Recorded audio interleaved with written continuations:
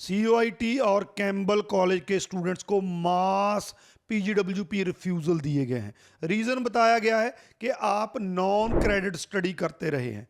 इसमें IRCC ने 3 अपने ही रूल तोड़े हैं। उन रूल्स के बारे में बताऊंगा, 4 सोल्यूशन भी बताऊंगा, बड़े प्रैक्टिकल सोल्यूशन है। अगर आप इस सिचुएशन में फंस चुके हैं, उन 4 में से कोई भी सोल्यूशन आप ऑप्ट कर सकते हैं। वीडियो बहुत इंपॉर्टेंट है, हर एक चीज को बकायदा मैं बहुत बारीकी में आपको समझाने वाला हूं और इसके सोल्यूशन देने वाला हूं। वीडियो को एंड तक देखिएगा।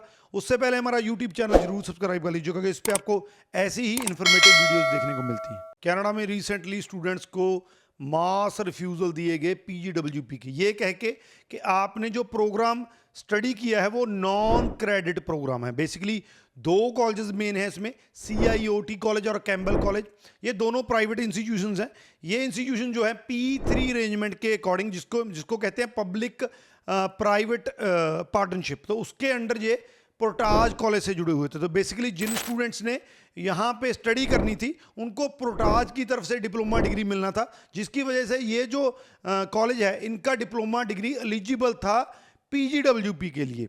अब इनको रिफ्यूज़ कर दिया गया। हालांकि मैं यहाँ पे बता दूं कि इससे पहले 15 मई 2024 को एक रूल पास किया गया था। उस रूल में जो पब्लिक प्राइवेट पार्टनरशिप वाले जो कॉलेजेस हैं उसमें अगर आप पढ़ते हैं, उसके बाद अगर पढ़ते हैं 15 मई 2024 के बाद अगर स्टडी करते हैं तो आपको PGWP नहीं मिलना था। लेकिन शॉकिंग बात यह है कि ये जो सारे स्टूडेंट हैं जिनको रिफ्यूज़ल दिया गया है, ये उससे पहले एडमिशन इनका हो चुका था, जब उससे पहले ये स्टडी अपनी स्टार्ट कर चुके थे। तो इसमें ये चीज़ नहीं बनती थी। अब इसका दूसरा एक बहाना लिया गया कि आपके तो नॉन क्रेडिट है, आपका प्रोग्राम नॉन क्रेडिट है। अब इसमें 3 प्रॉब्लम्स हैं जिसको IRCC अपने ही रूल्स को तोड़ रहा है। पहला जो है इसमें यह है कि इन लोगों ने जो है अपनी एडमिशन मई 15, 2024 से पहले ली थी।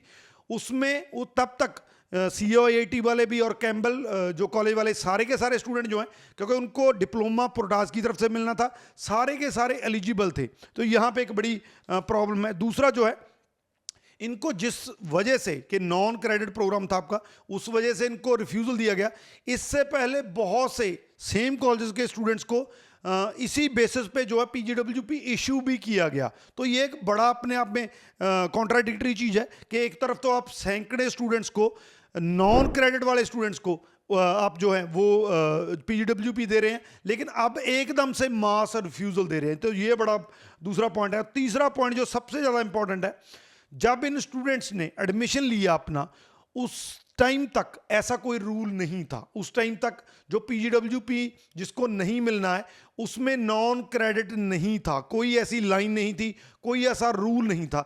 ये रूल कब चेंज किया गया या एडिट किया गया मैं कहूँ, क्योंकि इसका नोटिफिकेशन तो आया नहीं, किसी को पता भी नहीं चला।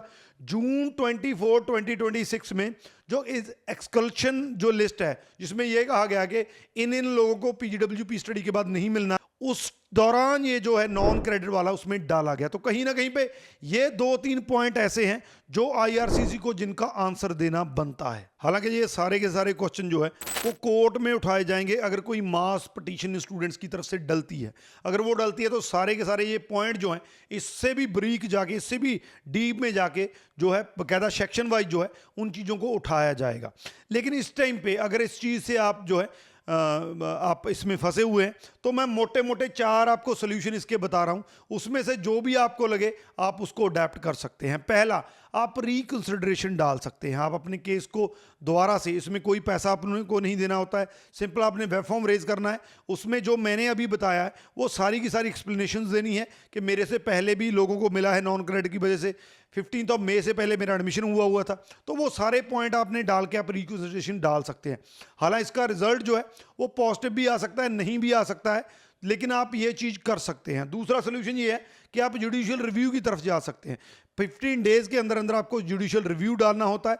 उसमें आप इस जो वीज़ा ऑफिसर ने आपके केस के बारे में, मैं दूसरों की बात नहीं कर रहा हूँ, आपके केस में जो ये जो आपको रिफ्यूज़ल दिया है उसको चैलेंज कोर्ट में कर सकते हैं। हालांकि ये लेंथी और जो एक्सपेंसिव प्रोसेस होता है, लेकिन फिर भी अगर आपको लगता है कि आपको कहीं और से सुनवाई नहीं मिल रही है तो आप जाकर कोर्ट का दरवाज़ा खटखटा सकते हैं, जुडिशियल रिव्यू में आप जा सकते हैं।